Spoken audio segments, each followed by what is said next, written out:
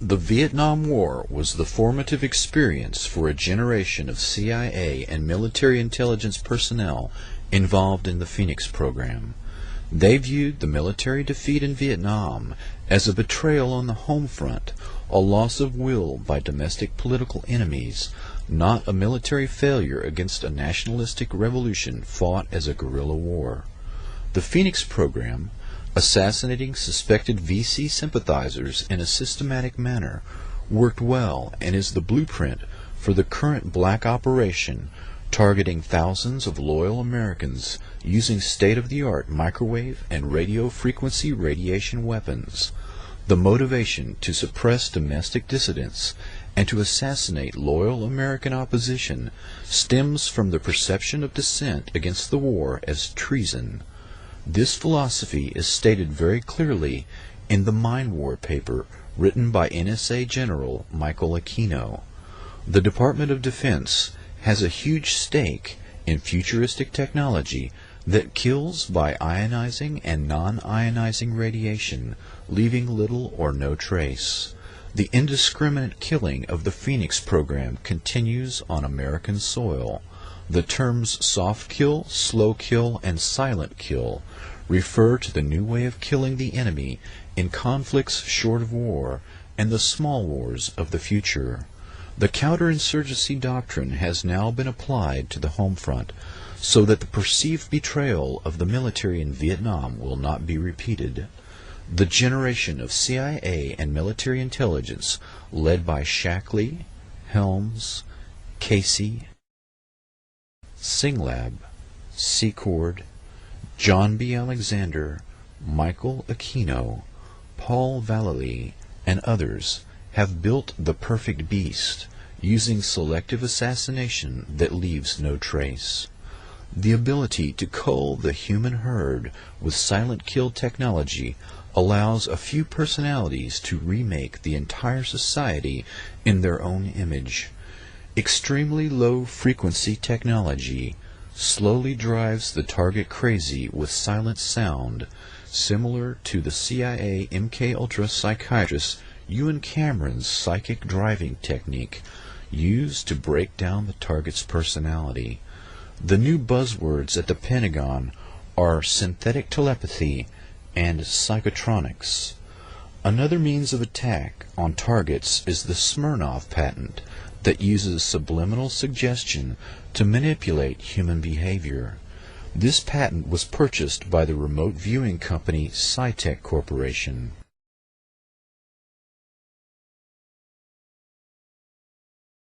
Emotional manipulation is accomplished using Dr. Michael Persinger's work to remotely project emotional states that the brain entrains or locks onto and emulates.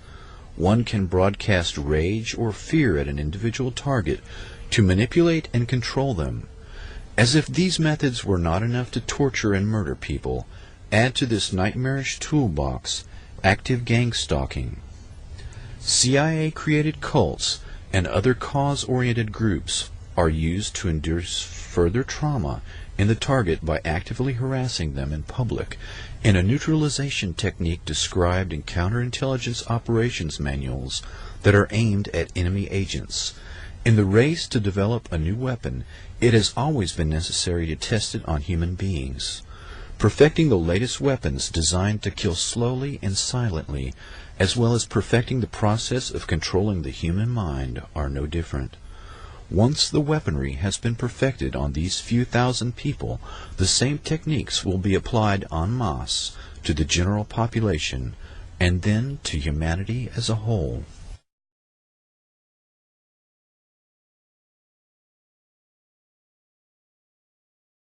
MKUltra was the secret CIA crash program to develop techniques to control the human mind, with the conviction that the keys to brainwashing lay in technology. The agency's brainwashing experts gravitated to people in the mold of the brilliant and sometimes mad scientists obsessed by the wonders of the brain. In 1953, CIA officer Richard Helms chose Dr. Sidney Gottlieb to run the technical service staff. The TSS, through the Office of Research and Development, was given the job of developing poisons to assassinate political opponents, truth serum drugs for interrogating spies, and hypnotic techniques to create unwitting double agents, couriers, and robot assassins. Dr. Gottlieb used Nazi scientists and their state-of-the-art mind control techniques that had been perfected in concentration camps using victims of the Holocaust. General Dwight D. Eisenhower gave his personal approval to exploit the work and research of the Nazis in the death camps. The German doctors were brought to the U.S. and went to work for Project Paperclip. These men were insulated against war crimes charges. The Nuremberg prosecutors were shocked that the U.S. authorities were using German doctors despite their criminal past. Under the leadership of Dr. Strughold, 34 scientists accepted contracts from Project Paperclip and were moved to Randolph Air Force Base in San Antonio, Texas. These personalities began to work on human radiation studies, aviation medicine, microwave technology, and MKUltra mind control experiments. The authorization to hire these Nazi scientists came directly from the Joint Chiefs of Staff. The top military brass stated that they wished to exploit these rare minds. Operation Paperclip eventually recruited 9,000 Nazi scientists and technicians to help the U.S. destroy the USSR. Some of these scientists were known as programmers, people skilled in the art of breaking down and controlling the human mind.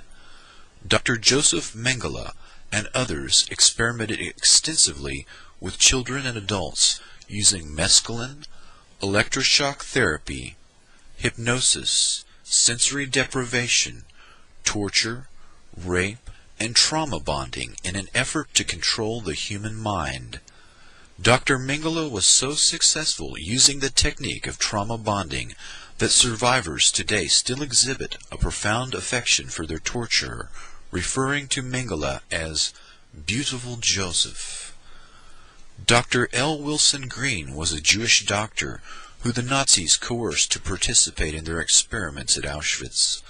This individual, whose code name was Dr. Green, came to the U.S. after World War II and began to experiment on adults and children for the military and CIA. The military and CIA copied the Nazi methodology and began numerous programs of their own. The first CIA program was known as MKUltra. The MK is an abbreviation for the German words for mind control. By 1953, the CIA, U.S. Navy, and U.S. Army Chemical Corps were conducting their own narco-hypnosis programs. To avoid confusion, the dozens of mind control operations will be referred to generically as MKUltra. According to MKUltra documents and sources, the methodology of mind control works best when severe trauma is administered by the age of 3 years old. Severe trauma, such as rape, applied at the age of 3, will cause the personality to split or dissociate in an attempt to shield the mind from memories of events too painful to endure. The psychiatric terms are multiple personality disorder or dissociative identity disorder, and can be produced accidentally or purposefully. The Three Faces of Eve is the true story of multiple personality disorder created by childhood abuse. Psychic trauma and creation of multiple personalities was eventually codified by programmers into a standard methodology and is typically accomplished by forcing children to observe and participate in the ritual sacrifice of animals and humans, and inducing further psychic trauma by the means of rape and other horrors.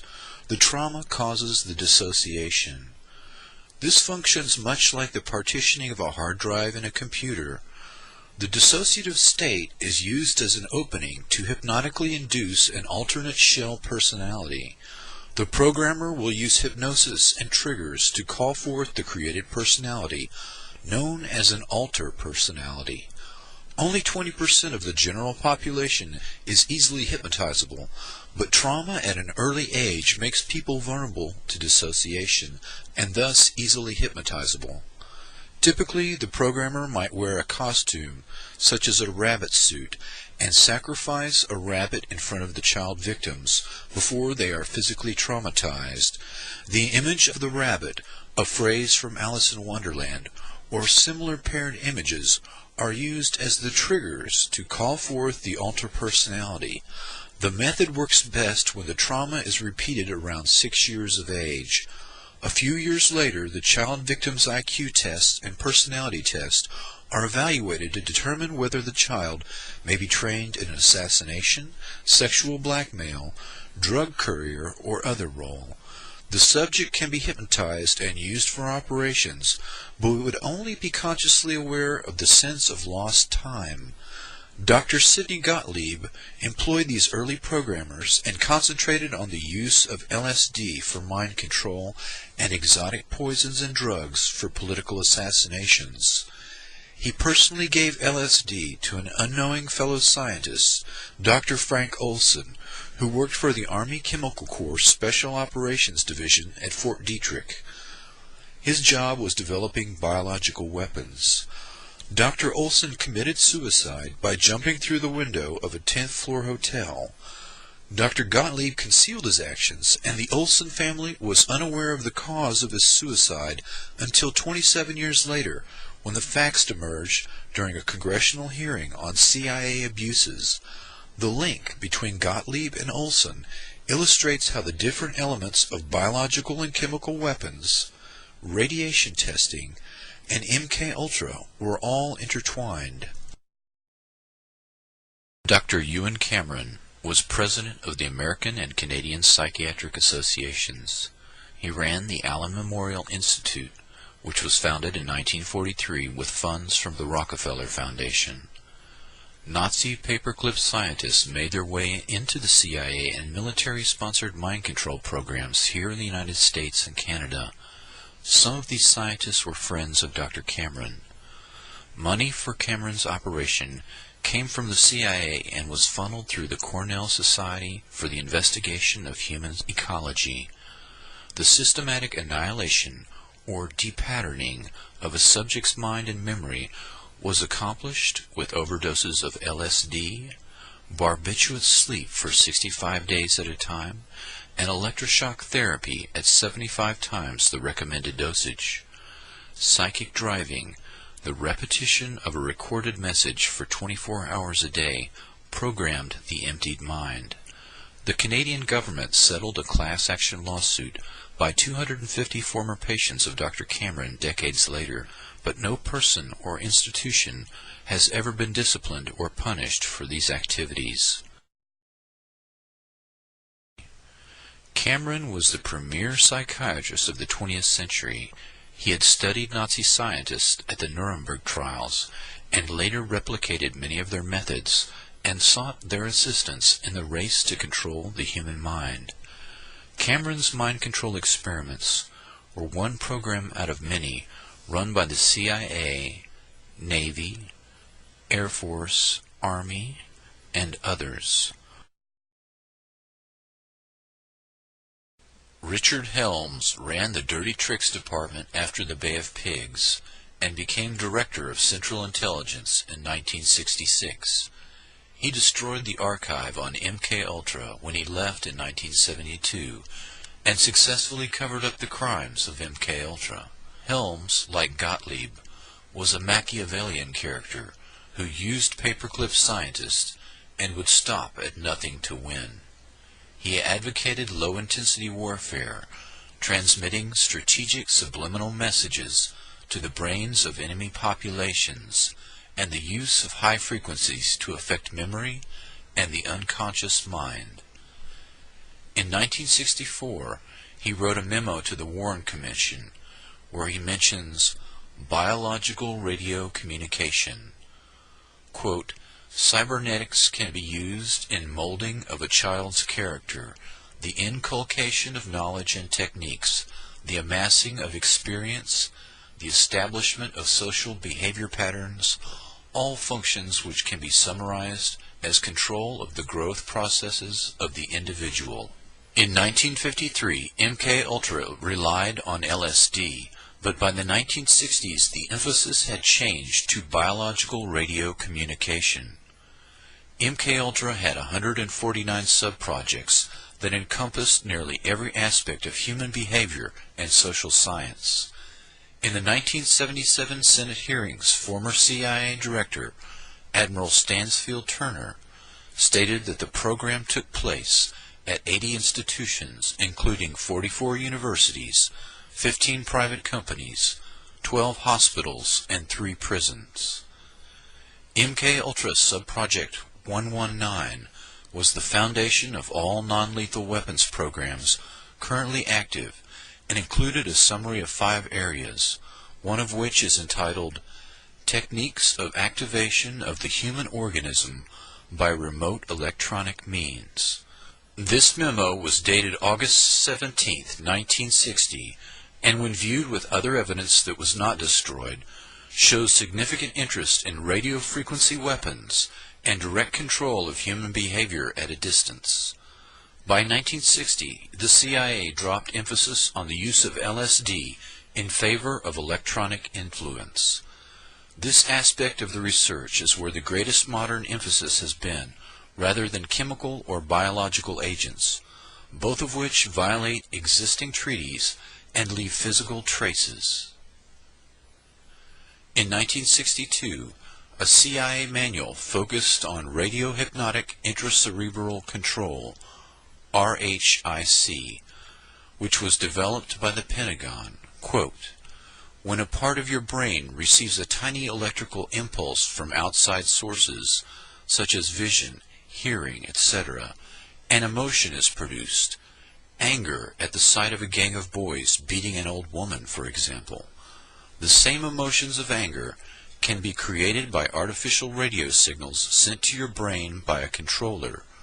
You could instantly feel the same white-hot anger without any apparent reason." Unquote. Another term, electronic dissolution of memory, EDOM, refers to the ability to erase memory at a distance.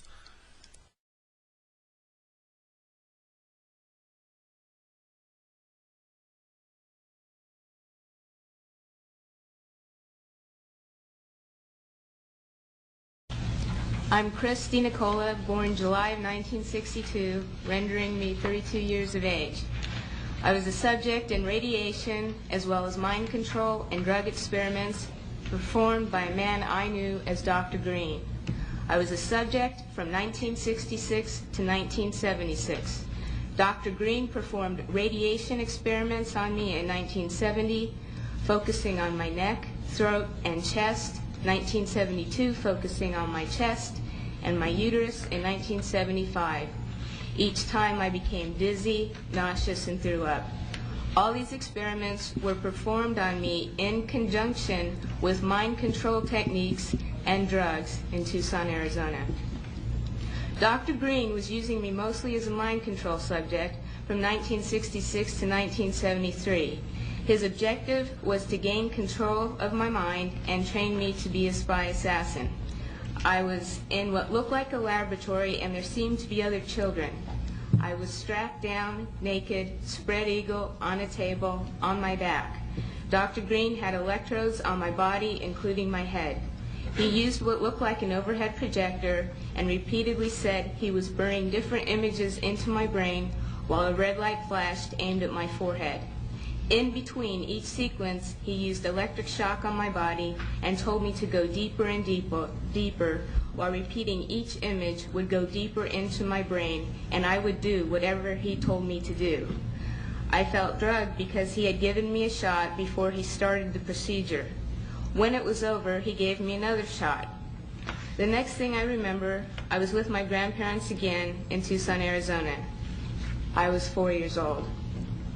You can see from this experiment that Dr. Green used trauma, drugs, post-hypnotic suggestion, and more trauma in an effort to gain total control of my mind. He used me in radiation experiments both for the purposes of determining the effects of radiation on various parts of my body and to terrorize me as an additional trauma in the mind control experiments. The rest of the experiments took place in Tucson, Arizona, out in the desert. I was taught how to pick locks, be secretive, use my photographic memory, and a technique to withhold information by repeating numbers to myself. Dr. Green moved on to wanting me to kill dolls that looked like real children. I stabbed a doll with a spear once after being severely traumatized, but the next time I refused. He used many pain induction techniques, but as I got older, I resisted more and more. And Dr. Green ruthlessly used electric shock, drugs, spun me on a table, put shots in my stomach and my back, dislocated my joints, and hypnotic techniques to make me feel crazy and suicidal.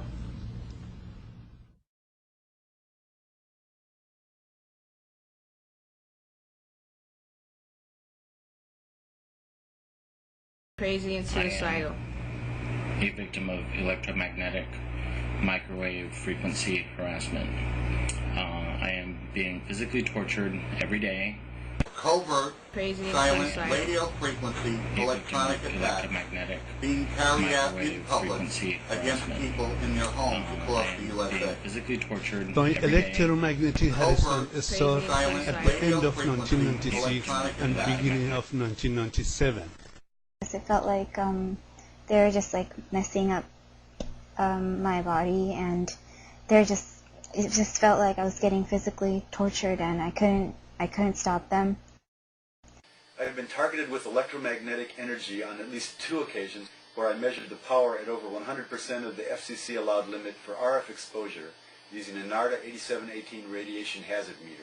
The trajectories we've tracked, it's been coming from the neighbors. First, you're skeptical, but we've tracked our health, the temperature in the home. We've had blanks that are supposed to reflect microradiation and radar. They're radar reflective material, and they've burned. It's just really embarrassing and humiliating, and I hate being in this position, but I have to stick it out. Hopefully I'll be facing. But thank you for listening. Bye.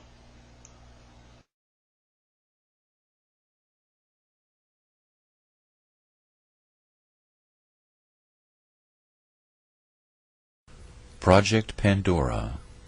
In 1953, the Russians began to bombard the U.S. Embassy in Moscow with electromagnetic radiation in the microwave spectrum, but the fact was kept secret from the embassy employees.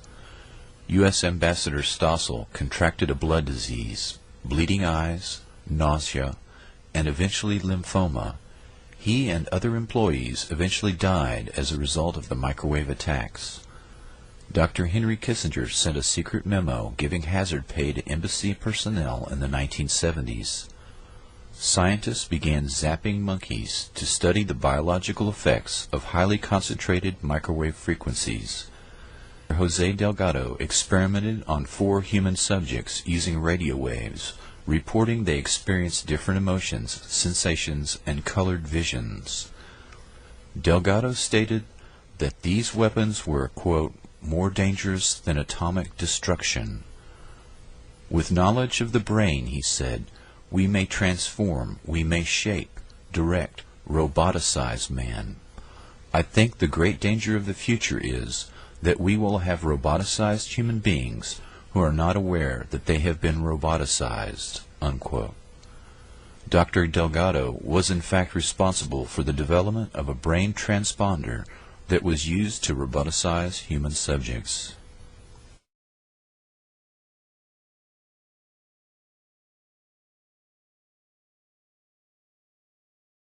Women at different points around the camp appeared to experience similar symptoms at the same time, even though they were not in contact with one another.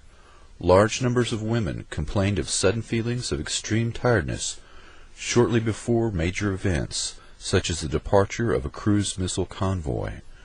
Readings taken with a wide-range signal strength meter showed marked increases in the background signal level near one of the women's camps at the time they claimed to be experiencing ill effects, including vertigo, retinal bleeding, burnt face even at night, nausea, sleep disturbances, palpitations, loss of concentration, loss of memory, disorientation, severe headaches, temporary paralysis, faulty speech coordination, irritability, and a sense of panic. These effects have been reviewed by Dr. Robert Becker, twice nominated for the Nobel Prize and a specialist in electromagnetic effects. His report confirms that the symptoms mirror those he would expect to see had microwave weapons been deployed.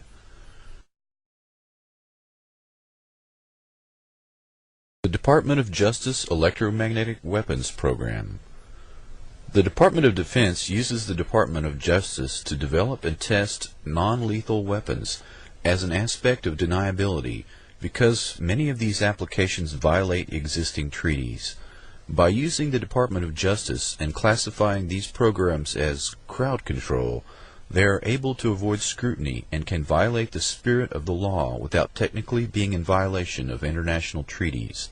In 1993, the National Institute of Justice Initiative on Less Than Lethal Weapons recommended that state and local police departments in America utilize psychotronic, electromagnetic, and other mind control weapons against American citizens involved in, quote, domestic disturbances, an open-ended term that could include family arguments. The report said, quote, short-term research will be completed to adopt a military technology to use by domestic law enforcement, including laser, microwave, and electromagnetic weapons, unquote. The Washington Post reported, quote, the Pentagon and the DOJ have agreed to share state-of-the-art military technology with civilian law enforcement agencies, including exotic non-lethal weapons, unquote. This new approach to law enforcement was showcased in a 3-day secret conference on non-lethal weaponry at the Applied Physics Laboratory at Johns Hopkins University in Maryland. The conference head was Colonel John B. Alexander, Program Manager for Non-Lethal Psychotronic Defense, Los Alamos National Laboratory. Attending the meeting was Attorney General Janet Reno, military weapons specialists, and representatives from state and local police departments.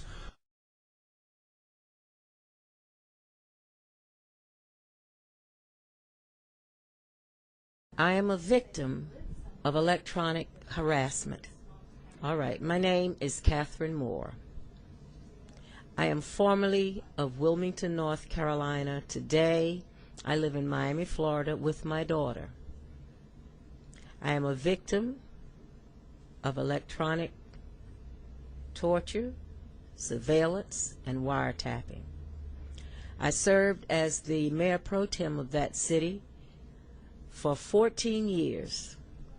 During that time, I reported political corruption, police brutality, and the molestation of young children that went unpunished and unprosecuted. For these things, I became a targeted individual. I have been destroyed financially. I've lost my home. I lost my 30-year-old successful business. I was at one time a college professor. I cannot find a job anywhere. So I am completely and totally financially devastated. I am not alone. I am assaulted and tortured by law enforcement from the city level to the federal level. There are so many of us who are being tortured that our federal law enforcement agencies who were charged with the duty and responsibility of protecting us from international terrorism, that protection is inadequate to the American citizenry because the money and the man-hours are being directed at domestic terrorism, at U.S. citizens. Anyone who dares to blow the whistle or who joins a peace march or has the audacity to tackle a major U.S. corporation becomes a targeted individual. There are those who do not want to accept this theory, but let me say again. America, wake up. We're living in a time where you no longer have the right to speak your mind and speak out. Did you know that just last year, the United States Supreme Court passed a law that said that whistleblowing was not, I repeat, was not protected under the First Amendment to the Constitution. So your rights are being severely limited. They will continue to be limited, and people must come forward, particularly if they're being targeted, and let someone know that they are part of our organization, which again is called Targeted Individuals. I would encourage everyone to visit a website called Stop Covert War and learn about the number of people who are targeted by our government. We want our numbers to grow, not because you're a target. We want you to join our organization so that we will have a voice. As our numbers grow, so will our power. Again, wake up, America. You could be next if you are in the wrong place at the wrong time. God bless.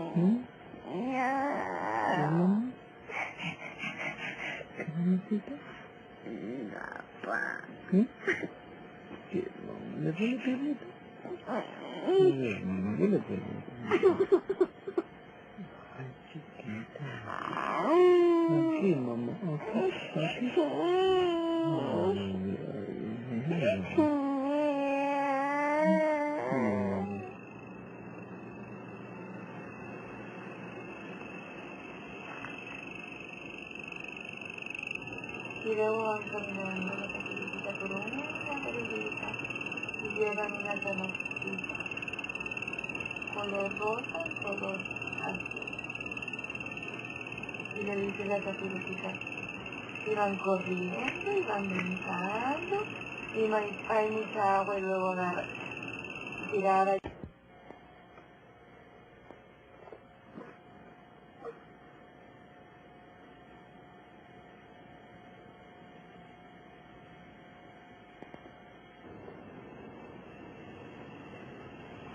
¿Sí te dijo? No puedo.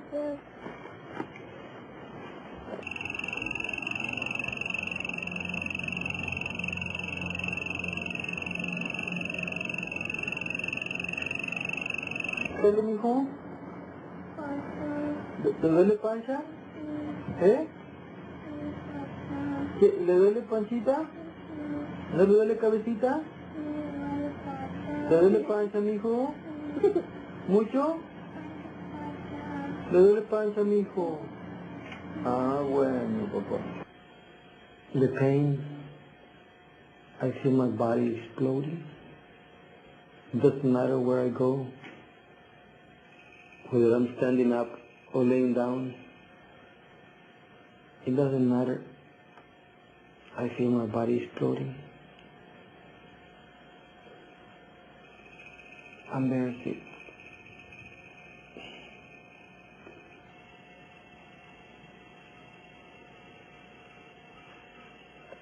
This is a crime.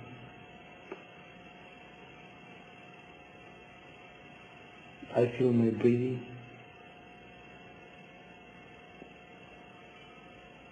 And my heart inside my head. I got my head all swollen. Every time I cough, sneeze, I feel like my head is exploding.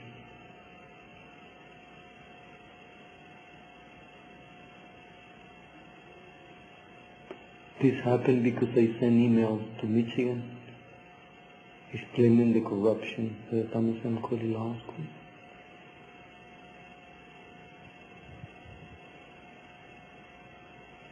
That happened Monday. On Tuesday, the meter started showing 12 watts per square meter flashing. That is more than is required to cause physical harm.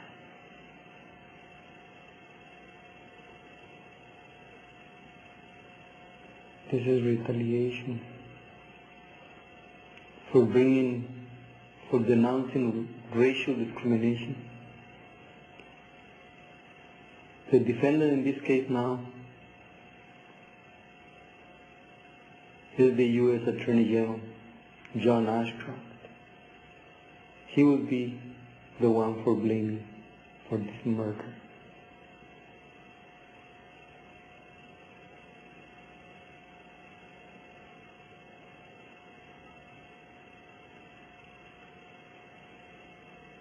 God bless us, and God bless America.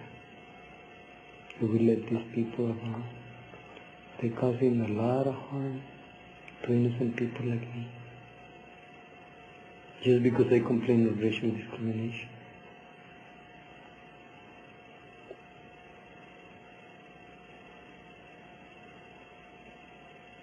And because I complain about the former Chief Justice of the Michigan Supreme Court stealing money from us.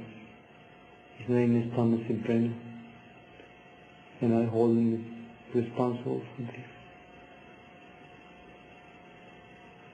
God bless him.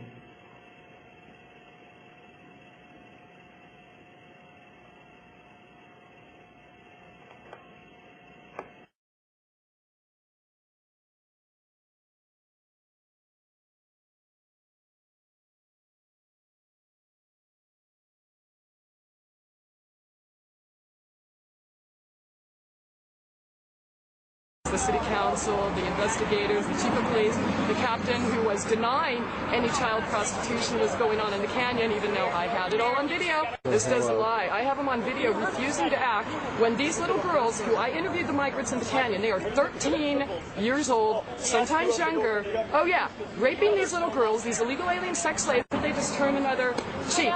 You know what I have them on video? Threatening to arrest me. Question about some of the technology that you're developing to fight the war on terror, specifically directed energy and high-powered microwave technology. When do you envision that you can weaponize that type of technology? Goodness, it is in, for the most part, the kinds of things you're talking about are in varying early stages. Do you want to give anything you'd add? I don't think I would add much. I think they are in early stages and probably not ready. for employment at this point. But you sound like you're willing to experiment with it. I think that's the point, and I think, and it's we have, I think, from the beginning of this conflict, I think General Franks has been very open to looking at new things if there are new things available, and has been willing to put them into the fight. Just the head was burned, and the other parts of the bodies wasn't anything happened on it. Al-Ghazali reported that he had seen 3 passengers in a car, all dead, with their faces and teeth burnt, the body intact, and no sign of projectiles. There wasn't any bullet. I saw they teeth, just their teeth, and no eyes. All of them, with the body, nothing for the bodies, just the teeth and all the, the heads were burned. There were other inexplicable aspects. The terrain where the battle took place was dug up by the American military and replaced with other fresh earth. The bodies that were not hit by projectiles had shrunk to just slightly more than 1 meter in height.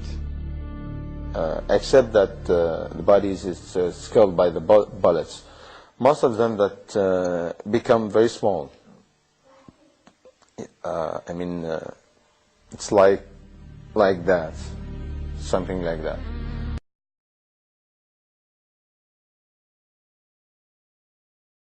Talk with the colleague Dr. Saad Al-Faluji, which is the chief surgeon in that hospital. Dr. Al-Faluji said me that from the survivors that he operated, that they said they did not hear any noise. So there was no explosion to hear, no metal fragments or shrapnels or bullets in the bodies. So they themselves were thinking of some strange kinds of weapon which they did not know. No gunshot wounds. No. I don't know what it was really. We are here 10 surgeons. We couldn't decide what was the weapon which been hit this car. But inside the bodies you did not discover ordinary bullets. All of them being, we didn't find bullets. Yeah. We didn't find bullets. But most of the injured people been dead, so they took them immediately to the refrigerator. We couldn't dissect them to see. But those who are alive, we couldn't find any kind of shells. We didn't find shells inside their body. Outside, it seems to be a new weapon. It seems a new weapon. They try to do experiments on our civilians. We don't know what was. Nobody can identify what the type of this was. 26 in the past. About 20 of them. Some of them have no head. The head being cut. Some of them, the arms, the legs. The only one who didn't injure was the driver. And really, I don't know how he reached our hospital. Because one arm was in his lap. One head beside him. It was a very, very strange, horrible thing. In the roof of the car, there was part of the body, mental, intestine, brains. Yes, all parts of the body. It was a miserable, it was very, very, very, very miserable. Before. Do you have idea with what kind of weapons they attacked that bus? The bus, we didn't know what kind of weapon would be hit. Really, what we saw, cut arms, cut legs, cut head, abdomen, open abdomen. The temptation to use public power and play God is almost irresistible.